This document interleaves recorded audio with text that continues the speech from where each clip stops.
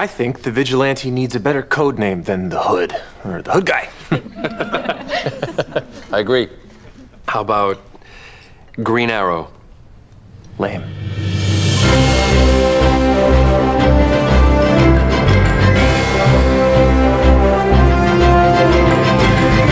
Hey there, Enthusiacs. Welcome back to Hero Talk. I'm your host, Judge Greg. Joining me today, I have Axalon, king of the Let's Play. Axalon, welcome back. It's good to be back. All right, today's film is, again, not a film because we're doing a show. We are deciding to look at the CW's Arrow Season 1. So we're looking at Season 1 of Arrow, maybe Season 2 if we get to it. We'll just kind of try to stick to Season 1, though, just because I don't really feel like going too far into this.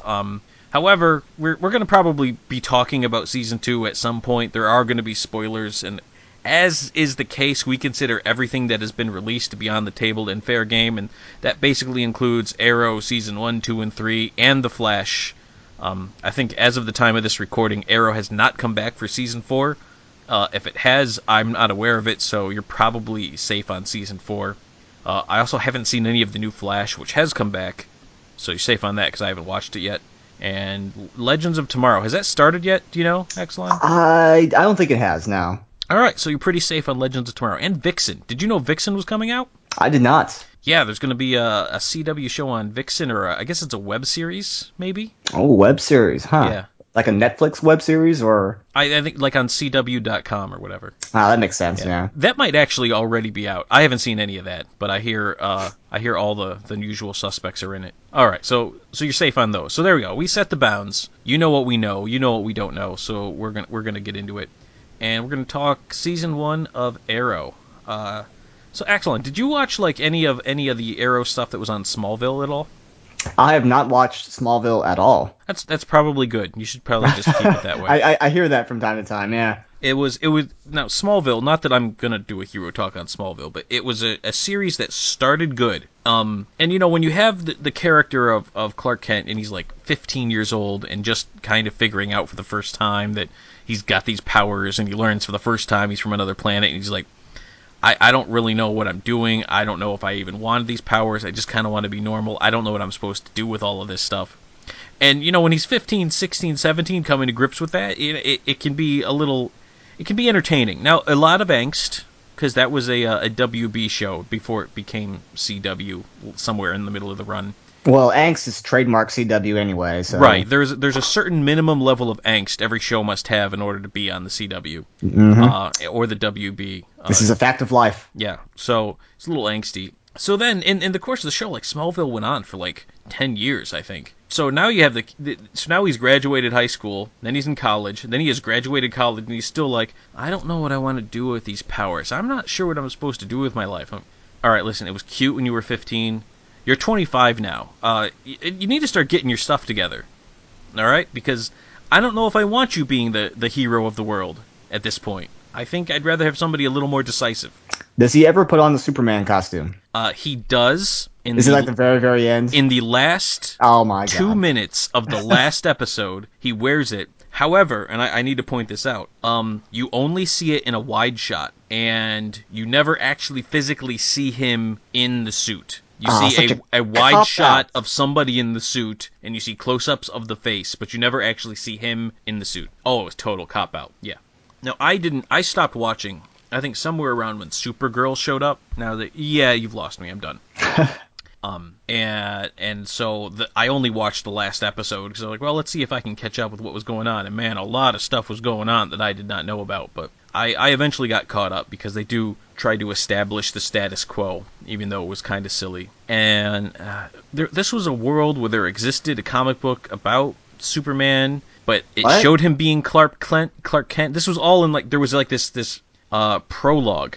That's what they call the one at the end, right? The prologue, or is that the epilogue? The epilogue. The epilogue. I'm sorry, story people, I forgot. Yeah, in the epilogue, they show him, like, being Superman, like, 7 years after the end of the show when he first puts on the suit. And there's, like, a comic, and it was kind of dumb. I should point out, though, that, so I think when the show ended, 7 years in the future would have put it in, like, 2016, 2018, ended in 11, I think. That sounds right. And there was a presidential election, because it said, like, Lex Luthor was elected president in 2018.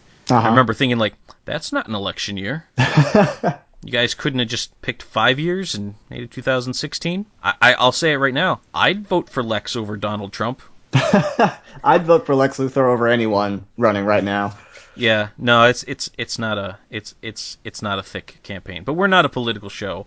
We're also not talking Smallville. The reason I bring it up is because there was a Green Arrow on Smallville, and everyone kind of thought this was sort of going to play off of that guy, like he was getting a spin-off. But this is its own thing. They completely restarted the character, and I think that was probably for the best, because the Smallville, I didn't like the Smallville guy. He's not as good as Steve Amell. I actually really like Steve Amell.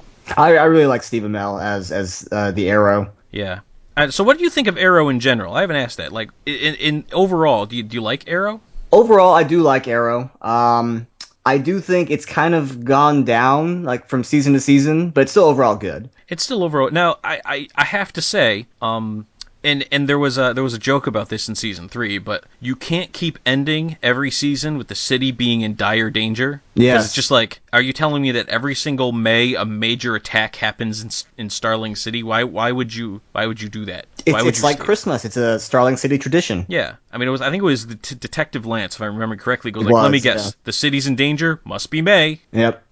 So Steve Amell, I cannot for the life of me remember anything this guy's been in, and I'm looking at his IMDb page, and I'm just seeing a whole lot of, I didn't see that. Yeah, I didn't see that. Yeah, I never saw that. Did you see him from anything beforehand? No, I hadn't. No, I mean, just it's just a whole lot of nothing. Yeah. So, I mean, I guess good for him for finding his big break. Yeah. Yeah. Now, I mean, now he's in a bunch of stuff. He, I didn't know this. He voiced Green Arrow in the Injustice: Gods Among Us game. I was going to bring that up. Yeah, there was a Steve Amell Arrow skin for the Green Arrow character, and he voiced it. I gotta say, I actually really like Arrow in terms of that take on the Green Arrow, like the look of the character and like how he.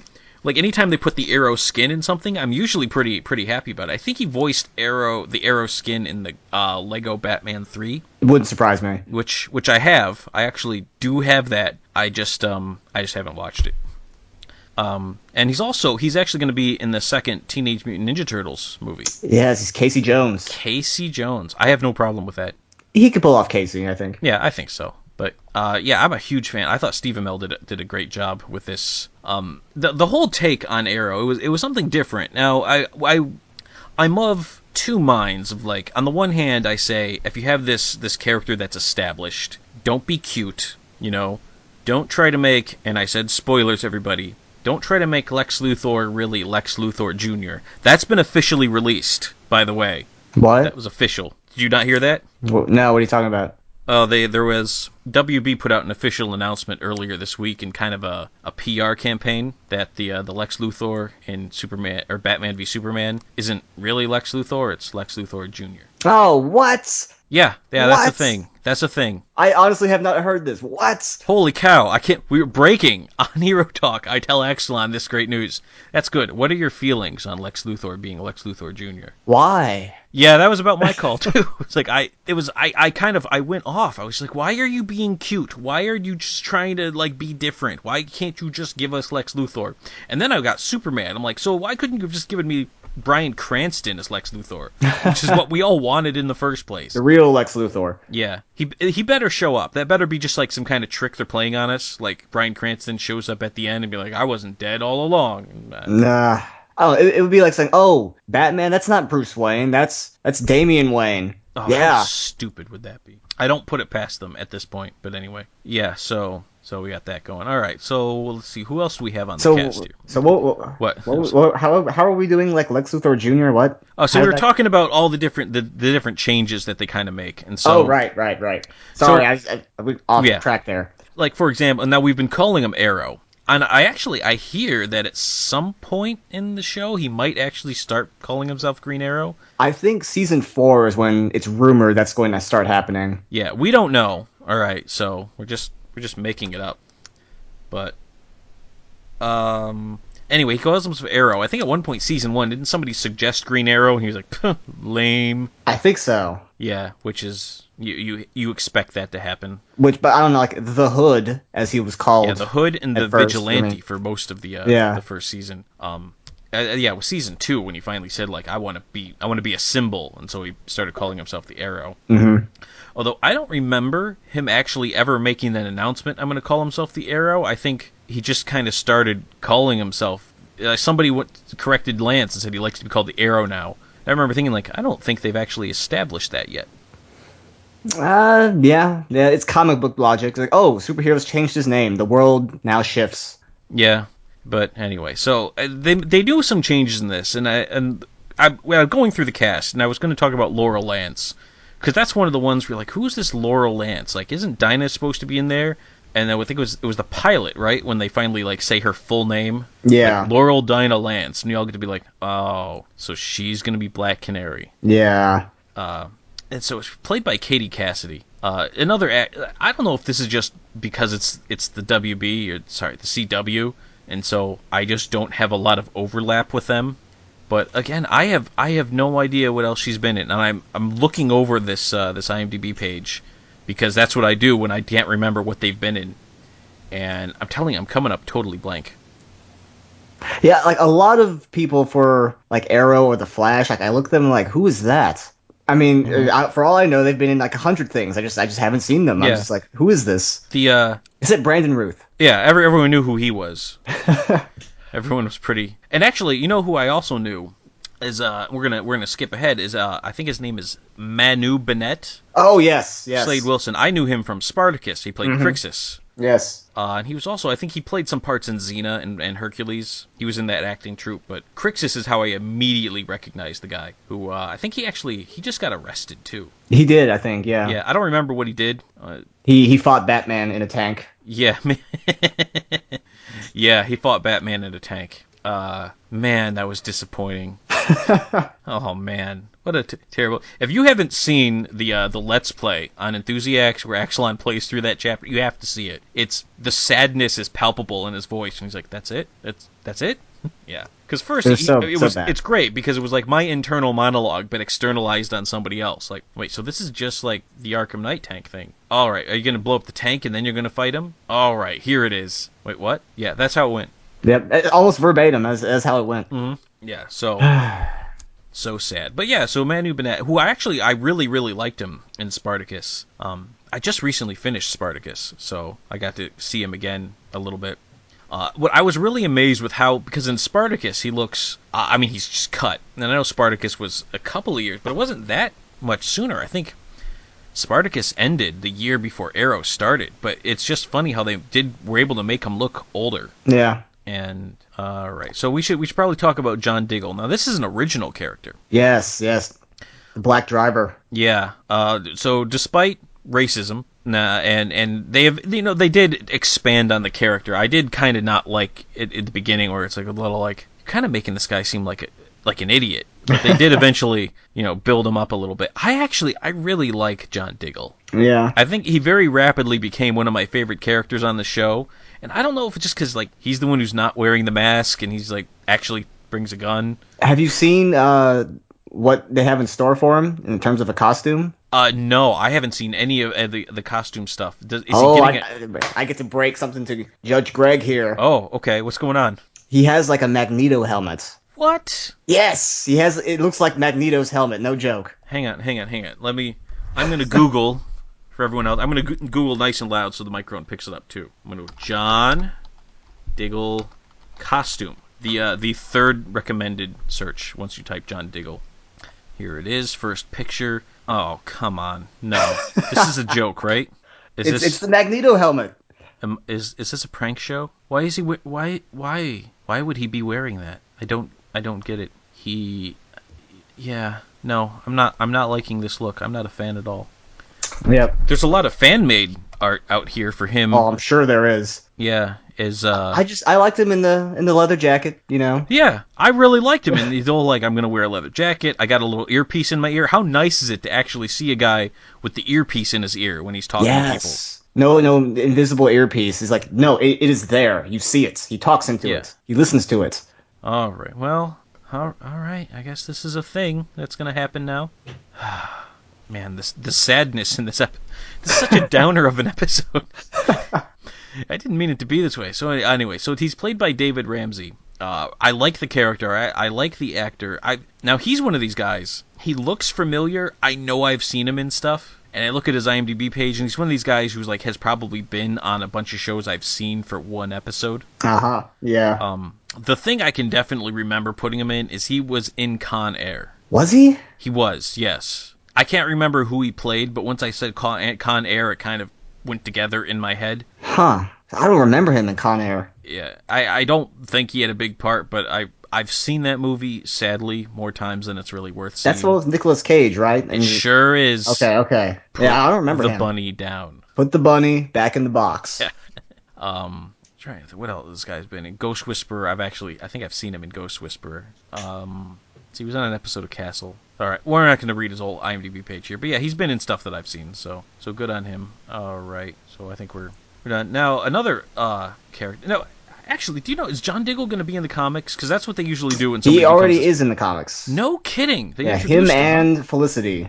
Him and Felicity. Yeah. No kidding. Good for them. I also found myself really liking Felicity. I liked her for the first 2 seasons. Season 3 started to get kind of grating. When she started to become the romantic interest, I did find myself not liking her as much. Well, because once again it's CW. Therefore, when you are the love interest to the main character, angst. Right. Angst. Yeah, I just like her better, not being the love interest, just kind of being, although and when you have characters like this, it just goes to show that Hollywood writers don't actually know how computers work. Yeah, Hollywood hacking. Because Hollywood well, first of all, and this drives me nuts. Anytime somebody in like a movie or a TV is using a computer, they are typing furiously. Now, how they really should show somebody using the computer is just slightly moving the mouse around and clicking here and there. But that's not what they show. It doesn't create tension. How can you have a tense scene without, and I'm going to demonstrate so that the mic can hear, madly typing something. Right. Yeah, that's how you show the tension, that they must be really doing a lot of stuff. Yes. Yeah. Again, this is an actress. What's her name? Emily Bett Rickards. Rickards? Is that it? No, that's her name. Rickards. Okay. Yep. She hasn't actually been in much of anything. Like, I looked at her IMDb page. It's really short, and it's nothing that I would have ever in 1,000 years watched. So. So this is her big break. She plays Felicity. Felicity is a bottle blonde, which surprised me. I wonder if Emily Bett Rickards is a bottle blonde, because they say Felicity's real hair color is black back when she was goth punk. Yes. And she decided to switch her look and basically her whole way of being, because you see her at home in like later seasons, and that's she actually lives by this new persona. Like, isn't that kind of does this make her a little bit of a poser? Like, this isn't really her. I suppose it depends on what your definition of the real quote unquote Felicity is. Like, is it this like clean, like spick and span person, or is it the goth punk? Yeah, maybe the goth punk was just a phase that she grew out of. It could be, yeah. Yeah. Anyway, who else we got? Thea Queen, the sister, who would eventually go on to become a partner in one of the later seasons. Now, didn't they say at one point? I can't remember. There was something about her name was like, because Mia Dearden was Speedy in the comic books. She thinks she was introduced in a comic book that Kevin Smith wrote. I think it was Arrow Quiver. Look at me dropping my comic book knowledge. I'm at the end of my Green Arrow comic book knowledge right now. You've already passed me in Green Arrow comic book knowledge. Well, I know some stuff. I'm actually pretty savvy on a lot of, like, because it's DC. I'm a little more savvy on DC. It's just the problem is after they reset everything at Flashpoint and they started the New 52, I stopped reading. So I only have old knowledge and I have no new knowledge. But so Mia Dearden, and I think Dearden ends up being Moira's maiden name, so it kind of makes her name Thea Dearden, and something like that. Yeah. There's some kind of weird thing they did with the name, and I was going to bring it up, and the more I'm talking about it out loud, the more I realize I don't care. So you have that going for you. But anyway, played by, I don't know what's her name, Willa Holland. Yes. So we can go ahead and say that's somebody who I've never seen in anything before. I haven't even looked at her IMDb page. I'm just assuming that she's gonna. I can't remember her in anything. So I think like I said before, it's just a blanket statement for me. Like odds are I have not seen them before, bar one or two exceptions. Yeah. All right. So you know what? Let's talk about somebody who I actually have seen in something before, and that's John Barrowman. Yes, who plays, John Barrowman plays Merlin. Now he was from Zero Dark 30. I haven't seen Zero Dark 30. It's an okay movie. I know that's not a glowing recommendation, but I'm sorry. It's okay. Yeah, he was in Zero Dark 30. I think what else I've seen him in. I know he's in Doctor Who. Yeah, he's on Doctor Who. Shoot, what else did I see him in? Oh, okay, I can't even remember. I've seen him in something else that I can definitely remember. I know he's got a credit in The Untouchables, but I don't remember who he was. I don't think he was really big. Oh, Torchwood. He was in Torchwood. Torchwood, Doctor Who, whatever. Yeah, that's close right. enough. They're different from me because I didn't watch Doctor Who, just Torchwood. I see. So I'm actually the reverse. Okay. Yeah. So anyway, so he's in this. I recognized him. Now, this got kind of weird. They introduced the Merlin family pretty early on. I don't remember if Malcolm showed up in season 1, but Tommy definitely did. Oh, they both did. They both did. And yeah, Malcolm was the villain for season 1. Oh yeah, not season 1. I mean episode 1, the pilot. Oh, I don't know if he was in the pilot, but he definitely showed up like the next 2 or 3 episodes. Yeah, he shows up really early, and then there's this whole episode of like, who's the Dark Archer? Yeah. Like, really? Like I understand that Merlin's not like, he's not the Joker or the Penguin or somebody that, guy off the street would recognize, but you didn't even try to hide the fact that it was Malcolm Merlin. Yeah, I mean, even if you didn't know, like just by process of elimination, like it's probably him, Yeah. So I'm glad they didn't try to like make that last a couple of episodes. At least it was a reveal at the end of that episode. Yeah. But I definitely just got it's Malcolm Merlin. I already know who the Dark Archer is. This is not the slightest bit, it's not captivating me, this whole who could it be, because I know who it is. Like Arkham Knight. Yeah, like Arkham Knight. Oh, man. I'm sorry, I keep bringing this up. Let's move on. Yeah. Anyway, what was I saying? Stupid Malcolm Merlin. Yeah, anyway, so I like the guy as Malcolm Merlin.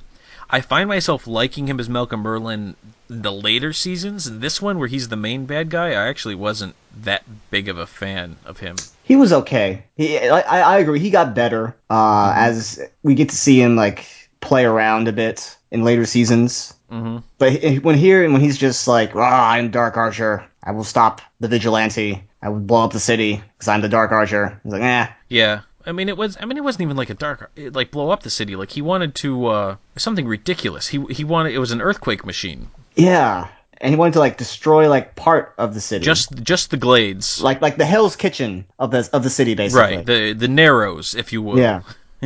Every fictional city needs to have one of these, and yeah, I consider New York City a fictional city, which is in the Marvel universe. It pretty much is. Right, because I've physically been to Hell's Kitchen, and it's not like it's portrayed on Daredevil. Which is probably a good thing if you went there. Which is good, yeah, because otherwise I probably would have been abducted by the mystical Chinese whatevers. But anyway, the plan didn't make much sense. I mean, it was still kind of along the lines of what all these, we're going to destroy this section to bring balance and justice, and I can rebuild the city, and it was very Kingpin-y in its plan. Honestly, it reminded me of Batman Begins. Yes, like they're like, we're going to destroy the city with this, by hitting the water supply, and it was like, what? Right, and the whole, I was really having trouble kind of following what the real end game was here, because especially when you find out later, like the whole League of Assassins, they were actually not behind this little plan. They actually opposed it. They hated it. And he got himself in quite a bit of hot water with a Mr. Ra's al Ghul over it. Mm-hmm.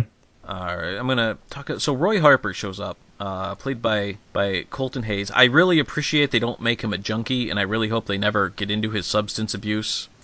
I thought they were going to go down that route when in season 2 when he was injected with the Mirakuru. And he started like freaking out. I was like, oh, okay, this is where he becomes a junkie. But he didn't, surprisingly. No, I'm very glad they did not go that route, because I was definitely worried about it, and because like Junkie Speedy is not. Sorry, I know Roy is Speedy, and I know they end up calling him Arsenal, but then I didn't like the Arsenal days. I liked the Red Arrow days, and then he went super crazy, and he got his arm cut off, and he hung around with a dead cat.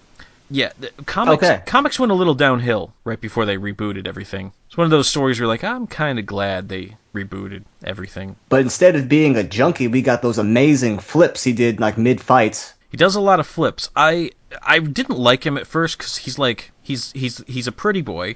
The actor himself literally is an Abercrombie and Fitch and JCPenney and Ralph Lauren model. I did not know that. Yeah, so he looks like one though, so I'm not surprised. He does, and they make one of the characters in the show, Sin, I think her name was. I don't know who plays her, and she's not main cast, so I didn't look her up. But she I think she calls him Abercrombie, doesn't she? I don't remember. Yeah, I know like she had some nickname for it, and I think that was in season 2. But anyway, yeah, he looks like he's a model, and that's because he is. It's like, who else can we mention? Now, Katie Lotz played Sarah Lance, who ends up becoming the Canary, which is kind of weird. And I think is still going to be like. Yeah, she's going to be the White Canary. Yeah, she's in the new show that they've announced, and I remember thinking to myself, but I thought she was dead. But I guess she's not. Played by what's her name? Katie Lotz. I said she was in Mad Men. I think that's about the only thing of note that she's actually been in. So that. Yeah, I guess if you were a fan of Mad Men, you would have seen her. I don't know. I actually kind of liked her. Did you notice? Was she in the pilot? She was. Okay. But she was just the girl Oliver Queen had taken on a cruise. Right. She wasn't like important yet as a character. But I didn't know if they actually showed her in the pilot, or if in the pilot they hadn't thought of that yet, and so she was just somebody else. Because sometimes they play that game. I was really curious, and if I had cared, because it's on Netflix, and I could have just gone back and watched the pilot again, but I don't have time for that noise. I got stuff going on in my life. Yep.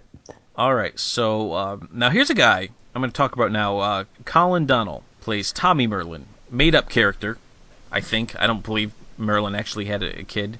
I really, really liked this character. I actually found myself, I think I like the actor, and I found Tommy to be kind of charming.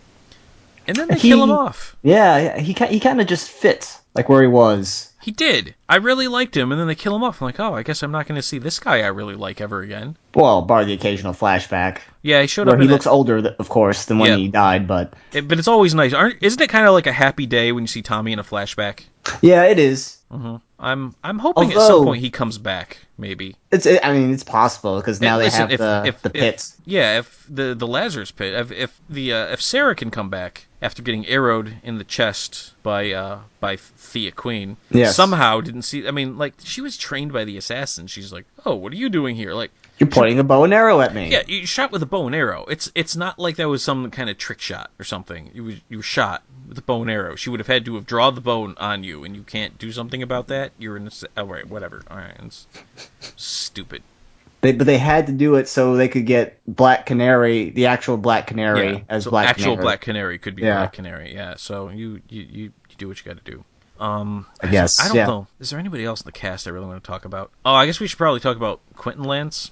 Yeah, Detective Lance or Captain Lance. What is he at now on the show? Where'd they leave him at? I don't want to say commissioner. I don't think he's commissioner. I want to say captain. I want to say like he's a captain still.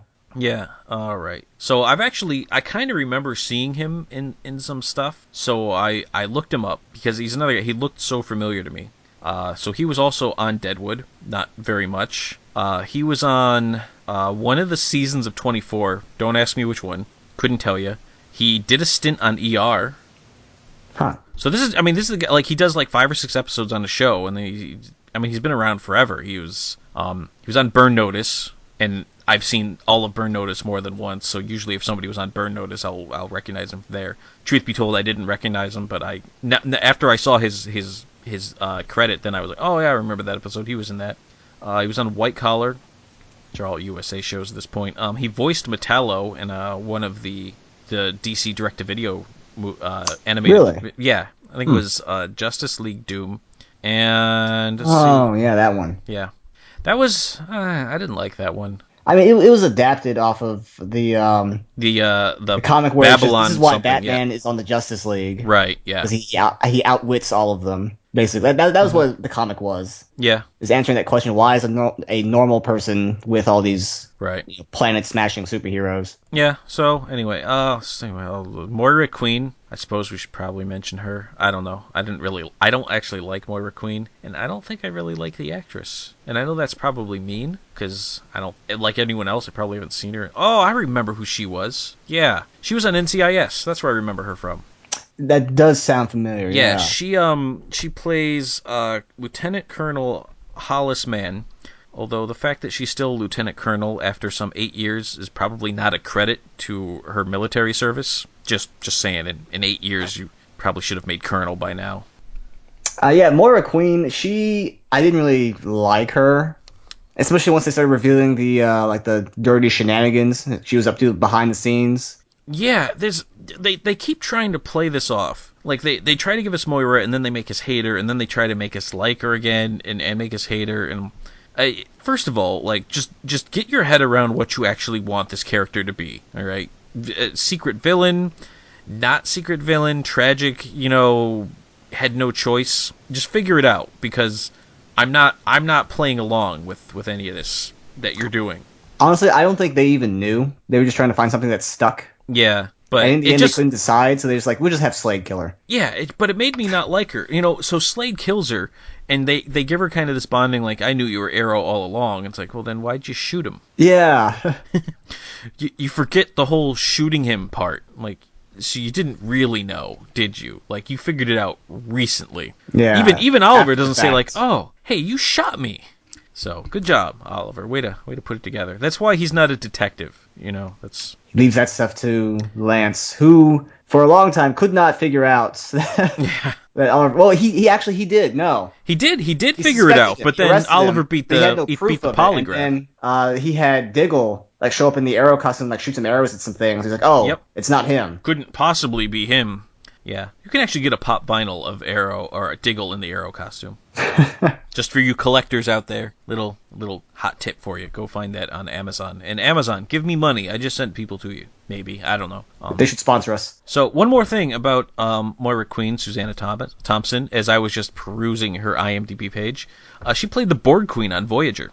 Did she really? What? She did. I just recently finished Voyager for the first time. Oh, how did it end? Did they got home, right? Parts. Maybe that's why I didn't recognize her. Yeah, when the Borg started showing up on Voyager, I kind of checked out at that point. Like I tried so hard to get behind Voyager, I really did. And you know what? And I liked Janeway. Well, actually, I don't like Janeway, but I like Kate Mulgrew.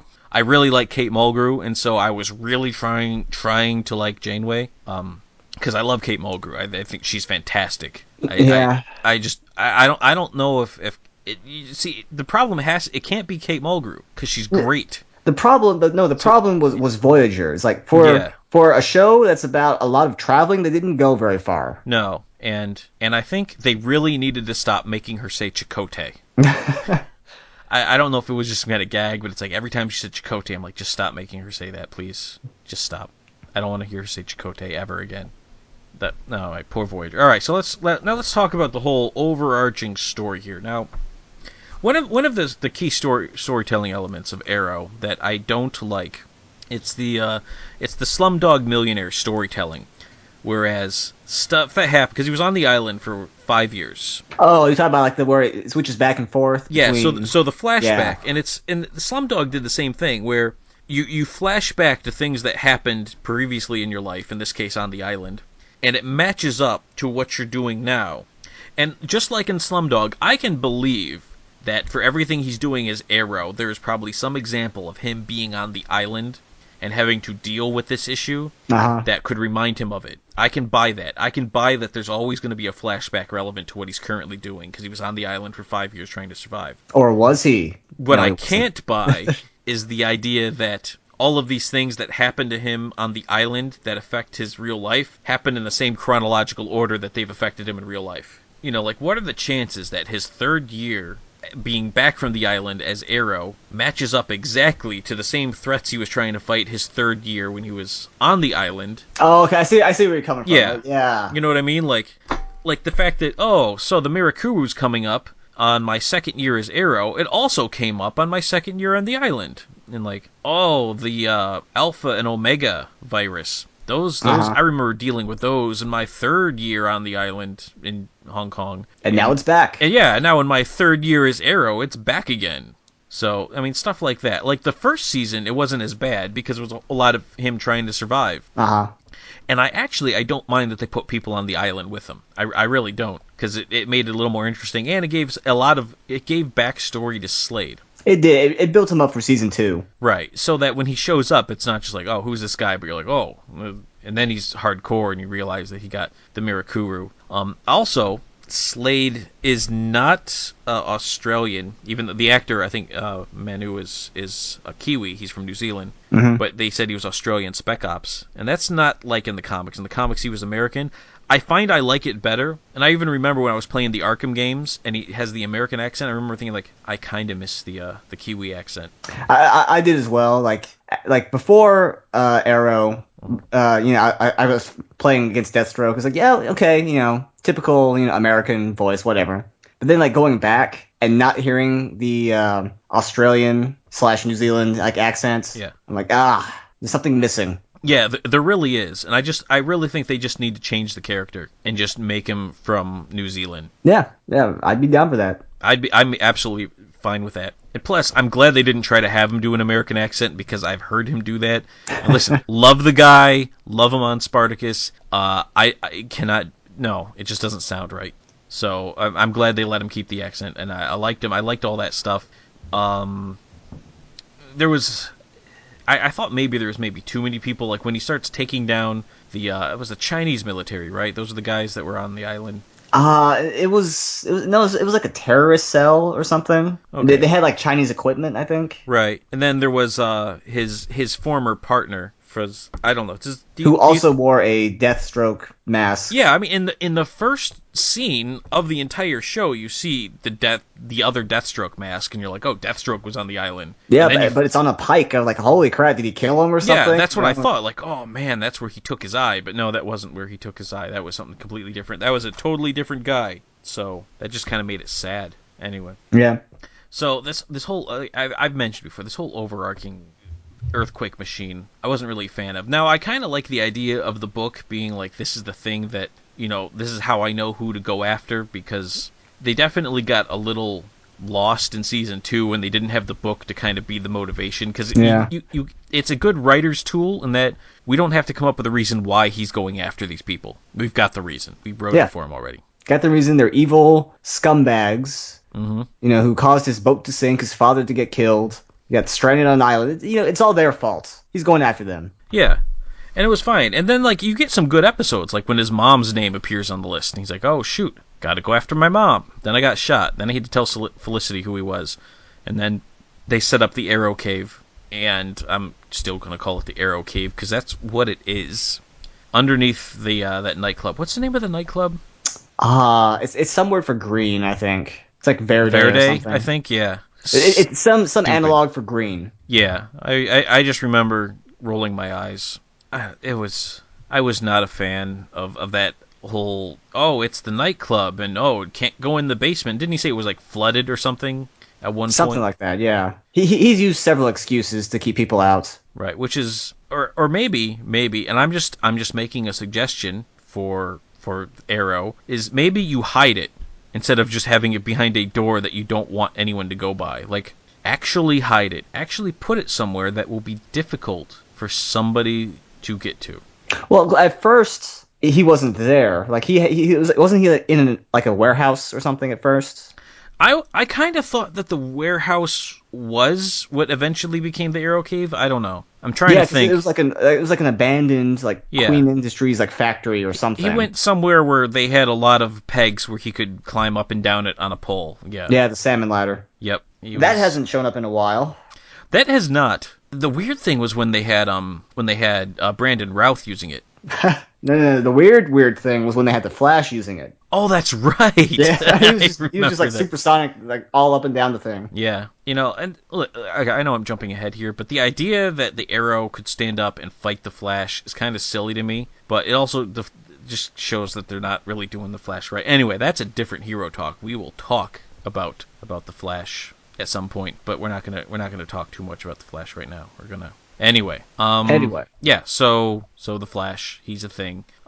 Yeah. I they showed it a lot. Him using that device. I mean, it was in the opening credits forever. Yes. I'm not really sure. I think he probably should branch out his workouts personally. He's skipping leg day. Come on. Yeah, exactly. And that's always the number one classic mistake is people skip legs. They only work on the upper body, and then you're not really fast enough in order to keep up with the Black Archer, who's clearly more skilled than you are. Because he didn't skip leg day. Because he did not skip leg day. He also apparently didn't skip the all-you-can-eat buffet. But hey, that's not my call to make. That's his decision. So there's this whole subplot of like Myra married this other guy. I don't remember the guy's name. I know he was played by Colin Salmon, and I know Colin Salmon was from Resident Evil, and I liked Resident Evil. Or one of the Resident Evils. Yeah, he was. He was. He's been in a couple things. I just can't remember what they were. Mm-hmm. He's another one of these guys. He's got a credit on Doctor Who, but I didn't really see that. I remember him in Doctor Who. Yeah. Now I know where I remember him from. Yeah. Alien versus Predator. Alien. I've seen that movie more times than it should have. Once was enough for me. Yeah, he does have a credit in Resident Evil, but I remember him from not the first one, so he must have shown up again. I don't know. Anyway, that's enough talking about him. Let's talk about some other subplots that occurred in Arrow. Now, there's this whole, and I liked the resolution of it, but the introduction of it was kind of silly. So they introduced Deadshot, and they kind of tie him in that he's the guy who shot Diggle's brother, and I don't know. There's this. He's like supposed to be this really good shot, but then Oliver just kind of plops him in the eye with an arrow, and that was it. Yeah. And of course he plops him in the eye with the arrow, and so there's not a single person who's relatively familiar with the character who's like, gee, I wonder what they're gonna do now because his eye got hit. I wonder if they're gonna come up with some kind of patch that he puts over it that he can use to see, And plus now you have two villains who he has like shot in the eye. Right. And has an eye patch over it. Yeah, it's. Yeah, I've said this before, and I think it was in the Hero Talk for the Suicide Squad trailer. I don't like the eye thing, and I like when he takes it off and he doesn't wear it. He was played by, the actor's name is Mike Rowe, and we're not talking like dirty job, somebody's got to do it, Mike Rowe. It's a different actor, Mike Rowe. He was in Godzilla. That's the only thing that he's been in that I've seen, and he wasn't credited in it. He was just some Air Force dude. I looked at his IMDb page. Oh, he must have, because I don't remember him at all in Godzilla. Oh, neither did I. Not at all. The resolution of the character I thought was pretty good. Usually because anything that gives some attention to Wounded Warrior is probably going to warrant some kind of positive response from me. But other than that, this was a character, he was in, I think, 2 episodes in season 1, right? Yeah, I think it was 2. Then he had a few more appearances in the later seasons. Yeah, I don't know, it just didn't do anything for me. Honestly, I didn't like what they did with him. I just liked the resolution of his character. Yeah. Plus, I mean, they killed him off just because now they have to have him in Suicide Squad. Right. You got to get rid of the confusion. Yeah. And, I mean, I get it. Listen, if your choice is between Michael Rowe and Will Smith, you're gonna want Will Smith. But unfortunately, just on name alone. Yeah. But unfortunately, that means that you got to get rid of Diggle. And in fact, I don't think we're even going to see the Suicide Squad ever again. Yeah, probably. They kept hinting at, I think, Harley Quinn at some point. Yeah, they did. They had Harley Quinn in it. Now, Tara Strong, who does the voice of Harley Quinn in the later Arkham games, she did the voice of Harley Quinn for her appearance on the show. It was they had an actress like as the physical Harley Quinn, but you notice they only showed her from behind, and Tara Strong did the voice. That makes sense. Yeah, Tara Strong does a decent enough job. I don't like her Harley Quinn. Arlene Sorkin, who did it in the animated series, and she was Harley Quinn in Arkham Asylum. She does a better job. Yeah, she does a better job. She was the original, too. Yes, yeah, exactly. Yeah. So I can take Harley Quinn in small doses. Right. Nah, me too. Like, I'm afraid that with the Arkham games and like the Suicide Squad, it's just gonna be like Harley Quinn overdose. I know. It's a little now, and part of that is the character's never really gotten a fair shake because she's always such a secondary to the Joker, and she's got like the weird high pitched voice, but she's so Joker centric that she just dances on my last nerve. All right, so who else? Ching Na Wei. Do you see what I did there? I said it was China White because they decided to phonetically be racist. Played by Kelly Hu. Now that's a character I don't even have to say who else she was at because she's actually everyone knows who Kelly Hu is. I actually is from the comic books, and for as much as I've read, I had completely forgotten this was a character from the comic books until I was actually looking over an old comic book. And I remember seeing it and like, oh yeah, I had completely forgotten. But was the character also phonetically racist in the comic books? Yes. Of course. Yeah, but no, it was Green Arrow Year One, which I read, and it's actually a decent graphic novel. If you're out there and picking up graphic novels on my recommendation. And if you are out there picking up graphic novels on my recommendation, there's a Captain Atom one. I think it's called Captain Atom Annihilation. It was a Vertigo book, which is weird, but it's probably one of my favorites of all time. Anyway, that has nothing to do with what we're talking about now. But Shin Na Wei is in it, played by Kelly Hu. The character is relatively accurate to the comic, as far as I can tell. But, man, they are really playing her up, because she has been a central character in several plot lines. Yeah, she has. I mean, I don't have much to say about her. I mean, Yeah. like she's kind of centric, but at the same time not. Right. She just keeps so showing weird. up over and over again. I mean, it's not like Malcolm Merlin, who's, very important in season 1 and 3. Did he show up in season 2? Near the end, he did. Because he saved Thea from one of Slade's super soldiers. The Mirakuru guys, who would have been more effective if they had been given guns, I think. Yeah. Guns are a common answer, which is why we don't see them as much. Yeah, we should see them more, though. I mean, that's always been kind of the weird thing, especially in season 3 when they established that Oliver actually does know how to use a gun. Because in the comics, the whole deal is he used the bow to survive for so long that he's now just become so adept with it that he's just that's what he uses, and he doesn't know how to fire. Plus, the comics, like his arsenal of arrows is just so diverse. Mm-hmm. Like he has an arrow for everything. Yeah, we did get to see the USB arrow to shame. Yeah, he did get to use the boxing glove arrow. He did. It's kind of a last second thing, but it did happen. It did. Now, what I remember specifically of the boxing glove arrow, and I think this was season 3 when this happened. I don't know. It's hard to keep track. I think it was season 3. Might have been season 3. I was trying to think, what arrow did he put inside the boxing glove before he fired it? Because if that was just one of his normal arrows, he's still going to shoot the guy in the back of the head with an arrow. That's just going to... It must have been maybe it was his grapple arrow. Maybe. I don't. So I don't know. So speaking of shooting people in the head with arrows, and this is something we should probably actually speak to. Season 1, Arrow kills a lot of people. Yes, he does. He does not. I mean, he's all about killing people. Which at the time I was like, I don't know if this is, but I mean, like it makes sense. I mean, you have the bow, you have the arrow. You're not going to just keep trying to shoot people just in the shoulder meat. Yeah. Until season 2 when he does just keep trying to shoot people in the shoulder meat. Well, he does kill that one guy, Count Vertigo. Yeah, in season 2. That's right. He shoots him in the chest a few times. He's like, "Nope, you're dead." Yeah, like he straight up kills that guy, and everyone's like, "Oh, the arrow killed again," and then they all forgot about it. And they're like, never gets brought up again. Because then it was a huge deal in season 3. Like, he doesn't kill anymore. And yeah. I remember thinking like, but no, he totally killed that dude after he took his little vow here. It's not. It's kind of more of a guideline than a hard, fast rule at this point. Yeah. Yeah, he killed a lot. I to be honest, I kind of liked it better when he did kill people. Right. I mean, like, I get that they want to move away from that because they want to make it more superhero-ish and less Punisher-style vigilante. But it made more sense when he was killing people. Yeah. I mean, now, and I haven't really been paying too much attention, admittedly. Is Diggle still killing people? Oh, yes. Okay, good. Oh, yes. And not good that I like that people are dying. They kind of skip ahead a little bit. Yeah. Like when they're raiding the League of Assassins. Yeah. And Oliver's just like shooting them in the shoulder. Diggle's he has a rifle. He's just shooting them down. Right. Well, it would make sense because Diggle shows up with a gun. And I'm like, we're not going to try to play like he's capping everyone in the knee because that's impossible. You can't actually do that. Not even John Diggle can do that. So yeah, so he ends up he gives up the murder. I think because Tommy was really upset when he found out because he murdered people. And it's really hard to get me in on this because they try to play the whole like he doesn't kill, and they're like, well, he killed a lot of people. Like, oh, he doesn't kill anymore. It's like, okay, but it was still illegal to kill all those people. Like, that's still murder. He still wanted, like, the police. We've given him a full pardon. Like, he killed like 60 some people. Like that's.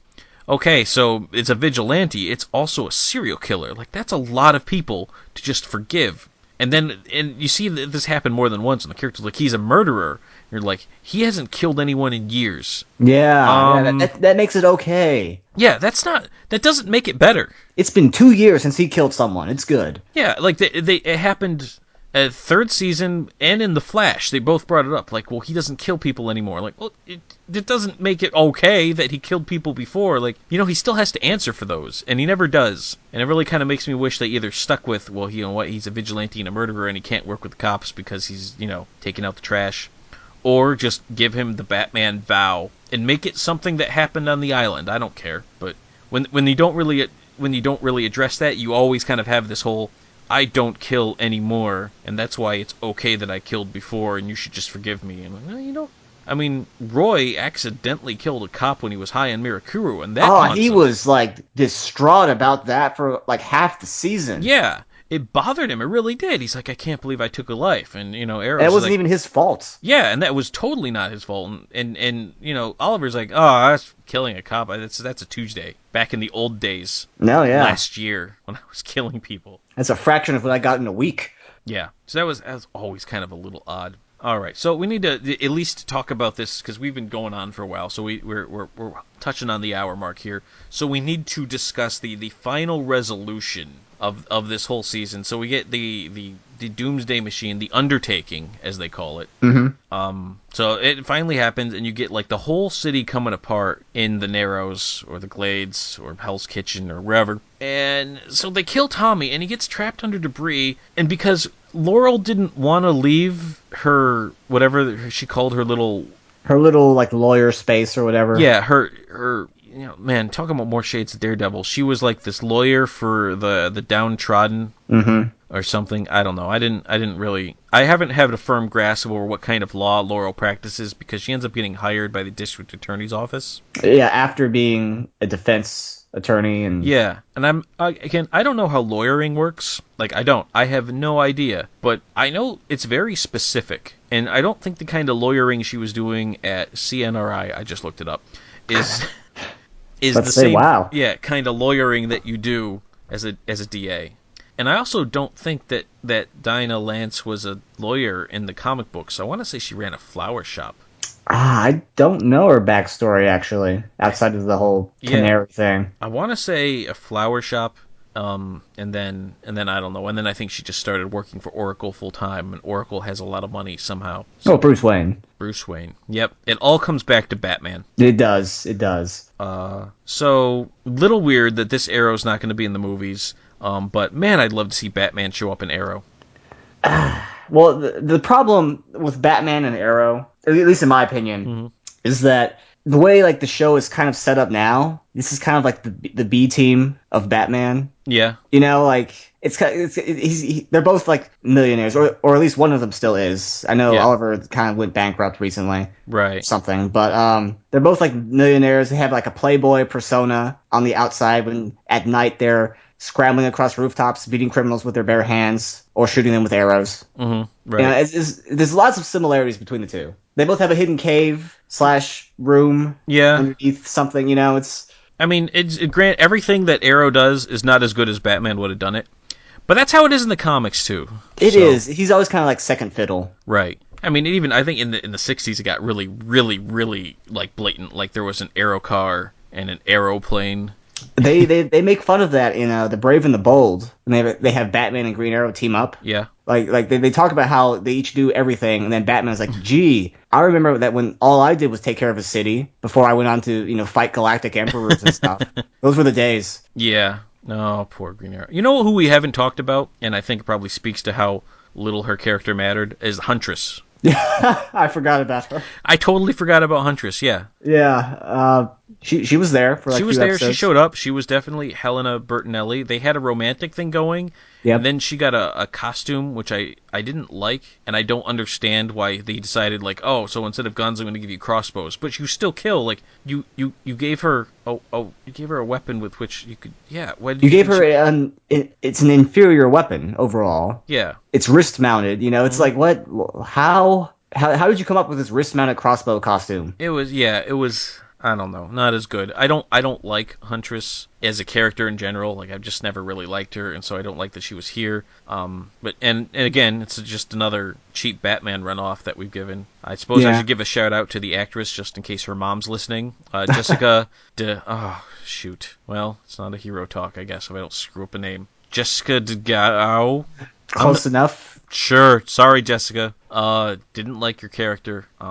I haven't seen her in anything else. I'm not even going to look to see if she's been in anything else because I didn't like Huntress. All right, so there we go. So season 1, and wrapped up in total before we get into the favorite parts. What'd you just think of season 1 of Arrow? Overall, I liked it. The flashbacks had the most relevance in season 1. Mm-hmm. Also season 2, but season 1 I think it mattered the most. I liked that Arrow still killed people back in this season. It just made sense. Right. He wasn't coming up with, ridiculous ways of taking out. He just shot them with a metal arrow, regular arrow. Yeah. That's it. They were gone. Unless they're a villain, in which case they magically survive.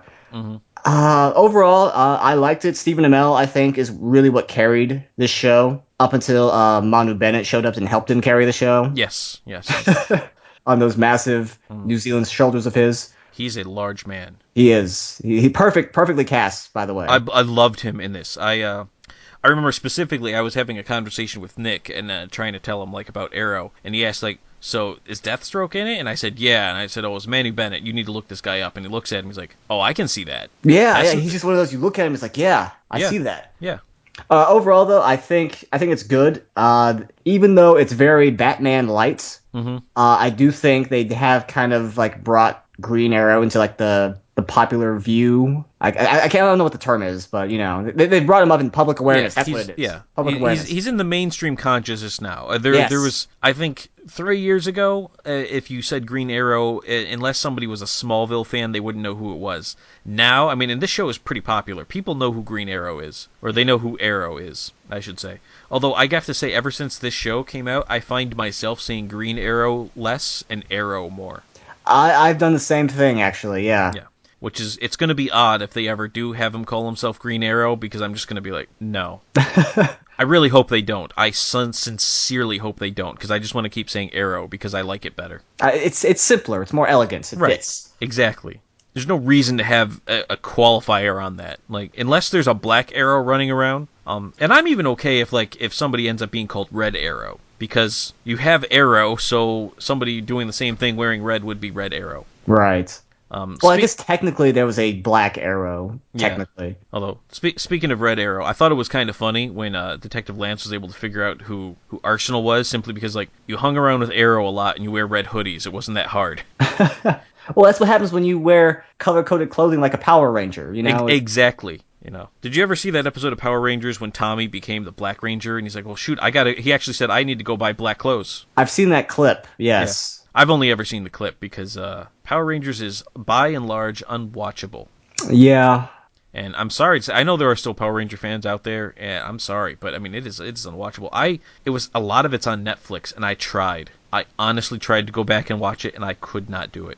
Especially after the Green Ranger left. Nope. Couldn't do it. Oh, he was the coolest one. Then he's gone. It's Yeah, so sad. Anyway, all right. I'm not talking about the Power Rangers. Maybe hero talk. Maybe another time. All right. So in general, I thought season 1 of Arrow.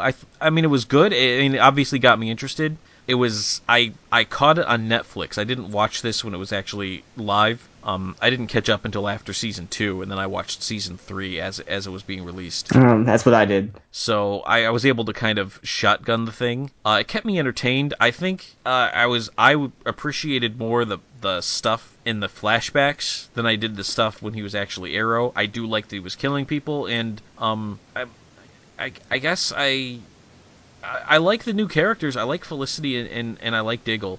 I really like Felicity and Diggle, in fact. I think maybe I would like a spin-off of just Felicity and Diggle doing stuff, but that's never going to happen.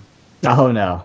I don't like that Diggle's wearing a costume now. I think that's stupid. and I'm going to say that for every Hero Talk on Arrow, that's stupid. He should not be wearing a costume. He should just be being Diggle. If you're going to put him in a costume, looks like X-Men's Magneto. I mean, come on. Yeah. Oh, it really does. It really does. I cannot believe how horrible that looks. You know what? If you want to give him a costume, you just have him get a Green Lantern ring. I'd be okay with that. Oh, for the Jon Stewart Green Lantern? I mean, we're changing people's names left and right. You know, Mira Dearden is Thea Queen, and it's Laurel Lance instead of Dinah Lance. I mean, we got Nissa Al Ghul instead of Talia Al Ghul. He's got the military background and everything. It works. Yeah, it works. Give him the ring. I don't know. I hope I didn't just spoil something. I'm sorry, folks. I have no idea if he's going to get the ring. Well, this is a spoiler podcast. There's no need to apologize. Right, but it's not officially released. It's not on the table in fair game. So let me just point it out. I don't know anything. Maybe he gets the ring, maybe he doesn't. I just want him to. So if it happens, I called it, but I don't know. Whatever. All right, so let's talk. What was your favorite part of season 1 of Arrow? My favorite part of season 1 was, so they're going to stop the earthquake machine, right? Yeah. And they get up to, I think it was Detective Lance was the one who finds it. Yes. And he shuts it down. And then Merlin was like, oh no, you shut down my earthquake machine. Too bad I have another one on the other side of the city. And he just keeps going. I was like, that's brilliant. Yeah. I do remember, like, specifically thinking, like, wow, that was good planning. Like, yeah, it's like he planned for a superhero gang to come up and stop him, even though it technically didn't exist when he started his plan. It's like he just had a backup, and it destroyed that part of the city. It was like, it's smart. You know what? Because wouldn't it be a terrible idea to just have everything rely on that one machine? What if it just didn't work? This was experimental technology. Yeah. Years of planning. A fortune must have gone into this plan. Yeah. One machine. Now it's wasted. Just a little redundancy. Just makes sense. And so I guess what's my favorite part? You know what I think my favorite part is I like Deathstroke training Oliver in the past. That was a close second for me. Yeah, I really like those parts. I mean, like I loved Slade Wilson, and I loved him in this. I liked everything about him, and so when he's training him, and he's just basically like whipping him around, and making him look like a punk, and you're really getting to see, like, Deathstroke. I was really a big fan of that. So that's easily my favorite part. All right, so even though this is a TV show and people don't usually score TV shows, and scores in general are stupid and have no place in reviews, we're gonna give this a score. That's just how we roll. That's how it works on Hero Talk. We're gonna score it regardless of everything that I just said. So, Axalon, what would you give season 1 of Arrow? I would give season 1 of Arrow a solid 7 earthquakes out of 10. 7 earthquakes out of 10? Alright, so if my season 1 of Arrow was stuck on an island and needed to burn his father's book in order to survive, he wouldn't have to because he's that good. Sure, yeah, why not? I accept this, okay. I don't know what that means, but that's my score. You guys figure it out. My score was a little story for you all. All right, so that was Hero Talk. That was season 1 of Arrow. So I guess we have to do season 2 and 3 now. Yeah, we have to. We have to. I know it's for Manu Bennett's sake, if nothing else. For Manu Bennett, if for nothing else, because he needs it. And I know some other people are going to want to get in on this now that we've done season 1 and now that we've kind of broken the mold. I know Goose was actually a fan of Arrow, and I know he wanted to be on tonight, but he couldn't be. And we rolled without him because Hero Talk stops for no man, even if that man is Goose. The hype train stops for no one. That's right. But anyway, Axalon, hey, thanks for being on Hero Talk with me tonight. Anytime. It's always a pleasure. Always, yeah. We had a good episode. I actually had a lot of fun doing this one. So for you guys listening out there, if you want to hear more on Arrow, or if you have something else you want us to review, you can send me an email. That is herotalk@enthusiacs.com. If you want to check out any articles, reviews, or any of Axalon's, how many Let's Plays have you done now? I think it's somewhere like 10,000? Something like that, yeah. Many Let's Plays, daily updates, and that's not an exaggeration. It really is every day, right? Pretty much. The only time I think I didn't have a daily update was when the PC version of Arkham Knight didn't work, so I had no plans. What did you do for that? I never found out. Would you just try to rig it so that it worked with your setup, or how did you get that to work? It turns out I was actually in the midst of building a new PC anyway. So what I did was I just installed it on the new PC and it ran fine. Bar, lots of texture pop in, but aside from that, it worked. All right, I didn't notice too much in terms of visually. A little bit, I think, but I was always kind of wondering if like you rigged it up how you got it to go. I think you mentioned in one of the Let's Plays that you played with the textures and finally got it working. I did tweak with the settings a bit, both in the game and just in my system, my video card, stuff like that. But for the most part, it's just more powerful than my old PC. All right. So anyway, for any of that stuff, you can check out Enthusiacs.com for the Let's Plays and the other videos, including Vega Goose and Black Dragons. You can go to our YouTube channel, which is Enthusiacs. We are also on Twitter @Enthusiacs and on Facebook. And still, and I will continue to update you on this progress, not on Instagram. Again, not on Instagram. We're not posting pictures of eggs or whatever. I don't know what they do on Instagram. Is there a story behind this? Did someone think we were on Instagram? Or? No, I think I just said it once, and then I decided it's going to be a running gag, and I'm going to say it at the end of every Hero Talk that we're not on Instagram. So, not on Instagram. All right. On behalf of myself and my guest, I just want to thank everyone for joining us, and I encourage you to come right back here for the next Hero Talk.